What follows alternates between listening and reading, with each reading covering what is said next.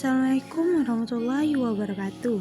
Halo teman-teman, di sini saya Siti Nuraisyah mewakili kelompok 4 yang akan menjelaskan pembelajaran kita di bab ini, yaitu pemanasan global dan dampaknya bagi kehidupan. Seperti yang sudah kita pelajari, pemanasan global adalah kenaikan suhu rata-rata di bumi yang disebabkan oleh peningkatan emisi gas rumah kaca yang menyelimuti bumi. Akibatnya, kenaikan suhu bumi disebabkan oleh konsentrasi gas-gas rumah kaca di atmosfer yang dihasilkan oleh aktivitas manusia. Tak bisa kita pungkiri kalau pemanasan global merupakan salah satu masalah terbesar yang mengancam kehidupan umat manusia atau mungkin seisi bumi. Bagaimana tidak, dari tahun 1994 sampai 2017, bumi sudah kehilangan 28 triliun ton es glasir yang dimana 7,5 ton antaranya berasal dari Arktik alias Kutub Utara.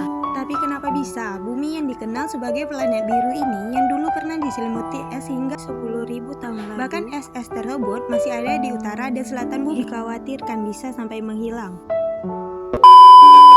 Dikutip dari artikel ilmiah seperti Kemendikbud, Wikipedia, Risengge, Engril Emerald. Pengertiannya kurang lebih sama. Pemanasan global atau perubahan iklim adalah suatu proses meningkatnya suhu rata-rata udara, atmosfer, laut, dan daratan bumi. Nah, kenapa bisa? Itu karena ada yang namanya efek rumah kaca.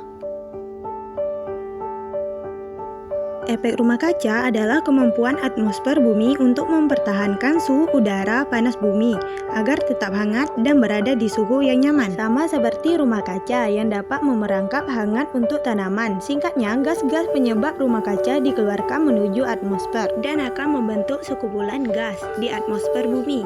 Saat cahaya matahari menuju bumi, sebagian cahayanya diserap oleh bumi akan dipantulkan kembali, namun cahaya yang dipantulkan tadi akan terpantul kembali ke bumi oleh gas yang ada di atmosfer tadi. Ini yang disebut efek rumah kaca.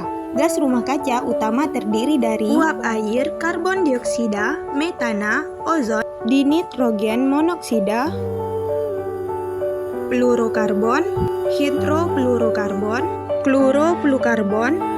Rata gas rumah kaca utama sendiri terbentuk secara alami, baik itu dari fenomena alam, cuaca, maupun efek dari matahari itu sendiri. Namun, sejak mulai revolusi industri, muncullah gas baru dan gas utama meningkat, yang menyebabkan gas rumah kaca semakin tebal, sehingga membuat efek rumah kaca terjadi secara berlebihan, mengakibatkan pemanasan global. Lalu, apa dampak dari pemanasan global ini?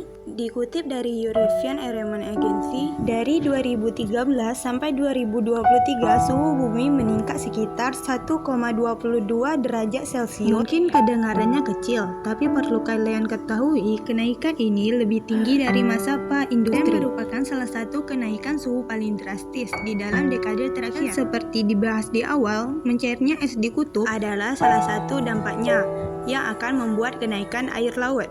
Berubahnya suhu juga akan memengaruhi cuaca bumi yang dapat membuat cuaca lebih ekstrim, seperti badai dan kekeringan, dan bisa memengaruhi produktivitas pertanian sehingga terjadinya kekurangan bahan pangan. Pemukiman warga juga akan terpengaruh hingga akan mengalami pengungsian. Bahkan spesies hewan tertentu bisa saja mengalami kepunahan akibat pemanasan global, seperti beruang kutub, penguin, dan koral. Apa saja kebijakan pemerintah untuk mengurangi pemanasan global? Salah satunya adalah penggunaan renewable energy atau energi terbarukan. Penggunaan bahan bakar fosil sebagai pembangkit listrik dapat menyebabkan meningkatnya gas rumah kaca seperti karbon dioksida. Dengan mengurangi bahan bakar fosil, pemerintah secara langsung mengurangi terjadinya pemanasan global.